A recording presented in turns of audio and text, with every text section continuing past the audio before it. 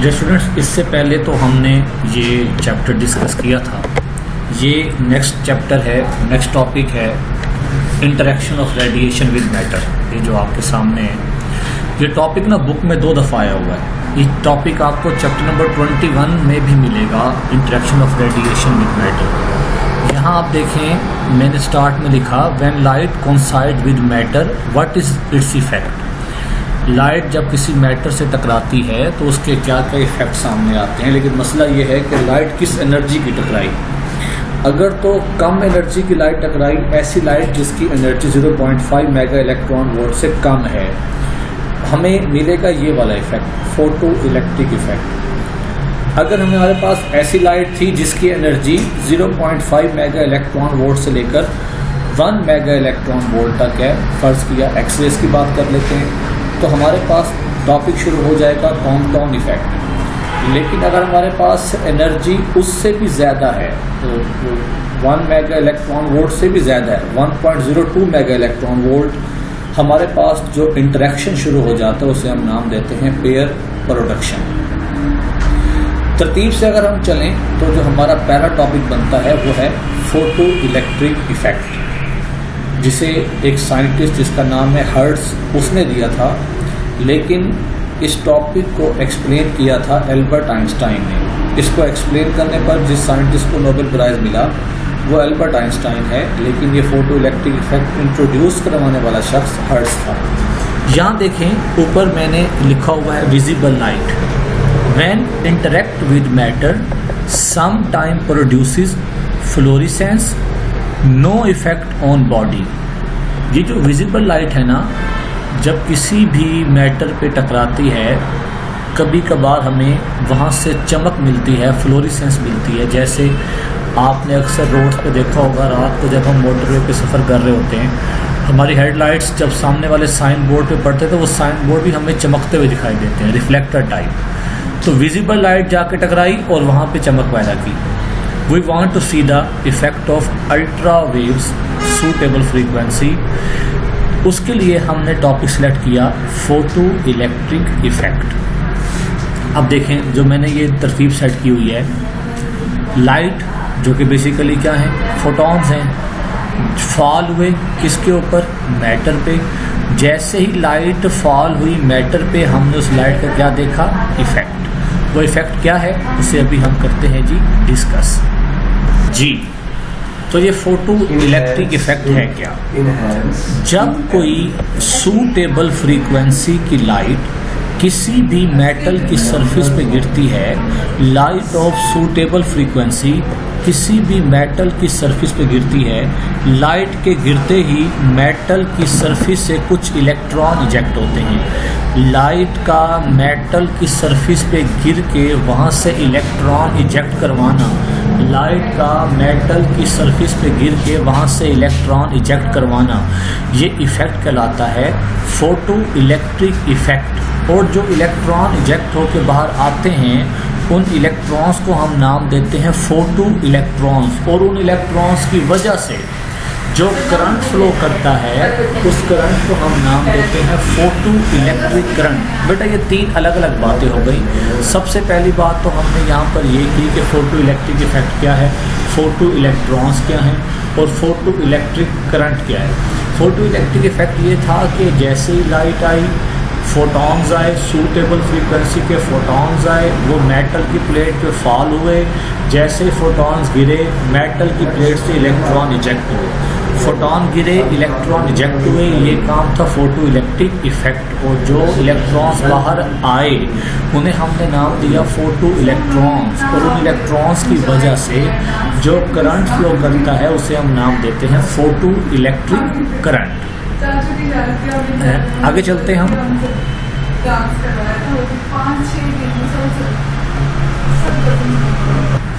जी बेटा, ये experimental setup आपके सामने है। आप देखें, इसके अंदर है ये एक मेटल की प्लेट, जिस मेटल की प्लेट को मैंने जोड़ा हुआ है नेगेटिव टर्मिनल के साथ। और हम जानते हैं जो प्लेट हमारी नेगेटिव टर्मिनल के साथ होती है उसे हम नाम देते हैं कैथोड।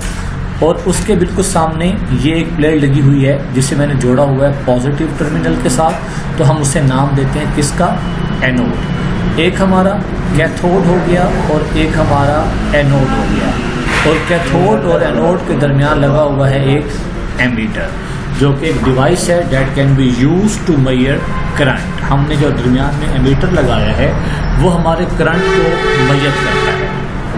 तो बेटा देख सकते हैं आप, यहाँ से आप देख सकते हैं ये फोटॉन्स जा रहे हैं जिनकी एनर्जी है E=hf, और जो इवैक्यूएटेड सेल आपको दिखाई दे रहा है, ये पूरा, ये गोल दायरा, ये पूरा, इस पूरे को हम नाम देते हैं फोटो सेल। बेटा ये आप देख सकते हैं फोटॉन जा रहे हैं, ये फोटॉन जाके वो सामने मेटल की प्लेट से टकराए। हमने अभी कहा था कि फोटॉन का मेटल की प्लेट से टकरा के वहाँ से इलेक्ट्रॉन्स को इजेक्ट करना कहलाता है फोटो इलेक्ट्रिक इफेक्ट।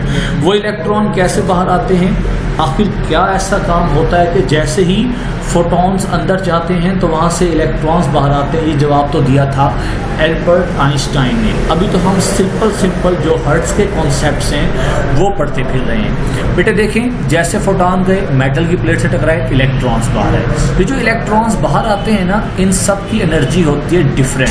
कुछ कम एनर्जी के होते हैं, कुछ की एनर्जी उससे ज़्यादा होती है, कुछ की एनर्जी उससे ज़्यादा, लेकिन कोई ऐसा भी तो इलेक्ट्रॉन्स इनमें होगा जिसकी एनर्जी सबसे ज़्यादा होगी। मैं चेक करना चाहता हूँ टू चेक मैक्सिमम एनर्जी। मुझे अगर ये जानना है कि इनमें से कौन सा इलेक्ट्रॉन ऐसा बाहर आया जिसकी एनर्जी सबसे ज़्यादा है, मुझे जो नीचे ये बैटरी के कनेक्शन करने पड़ गए हैं, मुझे इन कनेक्शंस को करना पड़ेगा रिवर्स।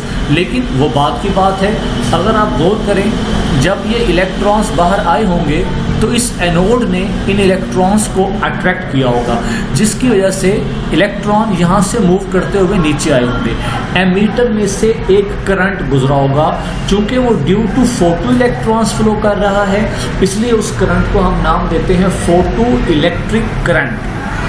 तो बेटा मुझे चाहिए ये जो इलेक्ट्रॉन्स बाहर रिजेक्ट हुए हैं इनकी मैक्सिमम एनर्जी कितनी है। तो आप देख सकते हैं मैंने नीचे वाले इन टर्मिनल्स को रिवर्स कर दिया है। जो एनोड पहले पॉजिटिव था अब वो नेगेटिव है, और जो कैथोड पहले नेगेटिव था अब वो पॉजिटिव है। बेटा अब क्या होगा, अब ये होगा जो इलेक्ट्रॉन्स यहाँ से इजेक्ट होके बाहर आएंगे, पहले ये एनोड लगा हुआ था उन्हें अट्रैक्ट करने पर, अब वो लगा हुआ है उन्हें रिपेल करने पर।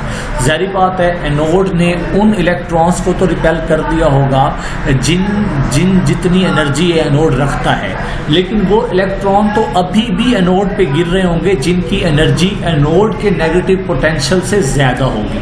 लेकिन एक बात तो है, टर्मिनल रिवर्स करते ही हमारे इस एमीटर से गुजरने वाला जो फोटो इलेक्ट्रिक करंट है वो अचानक कम हो गया होगा, क्योंकि पहले इलेक्ट्रॉन सारे आ रहे थे, अब सारे नहीं आ रहे, क्योंकि अब तो रिपल्शन भी मिल रही है, और जिसकी वजह से जो यहाँ पे इलेक्ट्रॉन्स हैं वो रिपेल हुए, करंट कम हो गया। अब सिर्फ वही इलेक्ट्रॉन्स आ रहे हैं जिनकी एनर्जी बहुत ज़्यादा है। हम उन इलेक्ट्रॉन्स को भी रोकना चाहते हैं, तो हमें अपनी इस नीचे वाली नेगेटिव पोटेंशियल को बढ़ाना होगा। जैसे ये नेगेटिव पोटेंशियल बढ़ेगा रिपल्शन बढ़ती जाएगी, नेगेटिव पोटेंशियल बढ़ता जाएगा, रिपल्शन बढ़ती जाएगी। एक वक्त ऐसा आएगा इस नेगेटिव प्लेट की रिपल्शन इतनी ज़्यादा हो जाएगी, इस नेगेटिव प्लेट का पोटेंशियल इतना ज़्यादा हो जाएगा, ये उस इलेक्ट्रॉन को भी अपने पास नहीं आने देगा जिसकी एनर्जी सबसे ज़्यादा है। नेगेटिव का वो पोटेंशियल जिस पे इधर आने वाले तमाम के तमाम इलेक्ट्रॉन्स रुक जाएं, उस नेगेटिव पोटेंशियल को हम नाम देते हैं स्टॉपिंग पोटेंशियल, क्योंकि उस स्टॉपिंग पोटेंशियल के लगते ही इधर आने वाला करंट भी स्टॉप हो जाता है। तो हम यहाँ पे कह सकते हैं जो हमारे पास इलेक्ट्रॉन आ रहे थे उनकी जो मैक्सिमम एनर्जी वो कितनी होगी, जितना हमने यहाँ पे नेगेटिव पोटेंशियल दिया हुआ था, ये स्टॉपिंग पोटेंशियल दिया हुआ था, उतनी ही बाहर आने वाले इलेक्ट्रॉन्स की मैक्सिमम काइनेटिक एनर्जी होगी। जो बात मैं अभी कह रहा था आप लोग देख सकते हैं, मैंने एनोड के वोल्टेज को रिवर्स किया, मतलब नेगेटिव कर दिया, फिर उस नेगेटिव पोटेंशियल को मैं इंक्रीज़ करता रहा। एक वक्त ऐसा आया करंट ज़ीरो हो गया, मैक्सिमम एनर्जी वाले इलेक्ट्रॉन भी क्या हो गए, स्टॉप हो गए, एनोड की तरफ नहीं आ रहे थे, तो फिर वो स्टॉपिंग पोटेंशियल जिस पे मैक्सिमम काइनेटिक एनर्जी वाले इलेक्ट्रॉन भी आना बंद हो गए, उस पोटेंशियल को हमने क्या नाम दिया? Stopping potential. तो यहाँ पर एक एमसीक्यू बहुत ज़रूरी है। स्टॉपिंग पोटेंशियल सिर्फ डिपेंड करता है, only depends the incident light energy, ये डिपेंड नहीं करता इंटेंसिटी पे। स्टॉपिंग पोटेंशियल इंटेंसिटी पे डिपेंड नहीं करता। तो मैंने यहाँ पे स्टॉपिंग पोटेंशियल की तारीफ दी, the negative potential of anode at which photo electric current becomes zero, मतलब कोई इलेक्ट्रॉन नहीं आ रहा, कोई करंट फ्लो नहीं कर रहा, उसे हम नाम देते हैं क्या जी? स्टॉपिंग पोटेंशियल का। तो ये जो एनर्जी है जो हमने निकाली वो किस चीज़ पे डिपेंड कर रही थी? वो फ्रीक्वेंसी पे डिपेंड कर रही है, वो वोल्टेज पे डिपेंड कर रही है। वोल्टेज क्या है? एनर्जी पर यूनिट चार्ज है। अगर हम इंटेंसिटी बढ़ाएंगे करंट बढ़ेगा, चूँकि नंबर ऑफ पार्टिकल बढ़ जाते हैं। हम जब लाइट की इंटेंसिटी बढ़ाते हैं ना, लाइट की इंटेंसिटी बढ़ाने से हमारा मतलब ये होता है कि नंबर ऑफ फोटोन बढ़ गए। जब नंबर ऑफ फोटोन बढ़ेंगे तो ज़ाहिर बात है ज़्यादा फोटोन जाके टकराएंगे। जब ज़्यादा फोटोन जाके टकराएंगे तो इलेक्ट्रॉन भी ज़्यादा आएंगे। जब ज़्यादा इलेक्ट्रॉन आएंगे तो फिर करंट भी ज़्यादा होगा। इसका मतलब ये हुआ जैसे ही हम इंटेंसिटी को बढ़ाते हैं तो आप देख सकते हैं करंट बढ़ गया। I1 करंट I2 से ज़्यादा है, इट मीन्स I1 करंट ज़्यादा इंटेंसिटी पे आया, I2 करंट कम इंटेंसिटी पे आया। तो मैं पहले कह चुका हूँ जब करंट बढ़ जाता है इंटेंसिटी बढ़ने से करंट तो बढ़ता है, लेकिन याद रखें स्टॉपिंग पोटेंशियल सेम रहता है। आप देख सकते हैं स्टॉपिंग पोटेंशियल क्या है? सेम है। चूँकि स्टॉपिंग पोटेंशियल आप यहाँ देख सकते हैं डिपेंड करता है इलेक्ट्रॉन्स की काइनेटिक एनर्जी पे। इंटेंसिटी बढ़ने से उनकी तादाद ज़रूर बढ़ी थी, लेकिन उनकी काइनेटिक एनर्जी नहीं बढ़ी थी। लो जी, हमने जो अभी बात की वो ये कि जब हमने इंटेंसिटी को चेंज किया हमारे करंट भी चेंज हो गया, लेकिन स्टॉपिंग पोटेंशियल क्या रहा? सेम रहा। अब हम इंटेंसिटी को रोककर फ्रीक्वेंसी चेंज करते हैं, रिजल्ट बिल्कुल हो जाएंगे अपोजिट।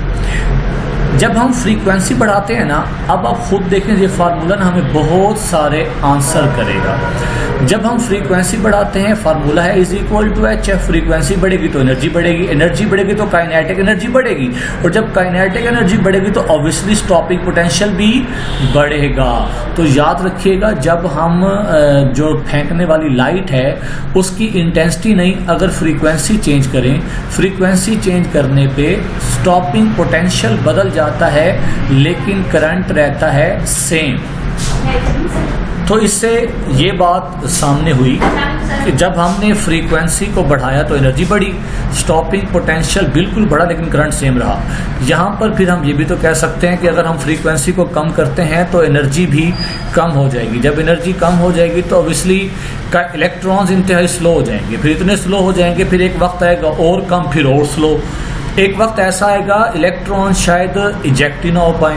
हर्ट्ज का कहना यह था कि हम एक ऐसी लो फ्रीक्वेंसी पर भी जा खड़े होते हैं जब इलेक्ट्रॉन इजेक्ट होने बंद हो जाते हैं, मतलब हमारा फोटो इलेक्ट्रिक इफेक्ट रुक जाता है। उस कंडीशन को, उस फ्रीक्वेंसी को हम नाम देते हैं थ्रेशोल्ड फ्रीक्वेंसी। थ्रेशोल्ड फ्रीक्वेंसी हमारी वो कम से कम फ्रीक्वेंसी है हर्ट्ज के मुताबिक जिसमें हमारा फोटोन मेटल की प्लेट से जाके टकराता तो है लेकिन इलेक्ट्रॉन बाहर नहीं आता। लेकिन ये कॉन्सेप्ट एल्बर्ट आइंस्टाइन ने आगे जाके थोड़ा सा चेंज भी किया था। याद रखिएगा ये एक इंस्टेंटेनियस प्रोसेस है। इंस्टेंटेनियस प्रोसेस मतलब जैसे ही फोटोन टकराता है इलेक्ट्रॉन फौरन बाहर आता है। कुछ बुक्स में लिखा हुआ है कि ये काम नैनो सेकंड में भी हो जाता है। ये फोटो इलेक्ट्रिक इजेक्शन जो है ये नैनो सेकंड में भी हो जाती है।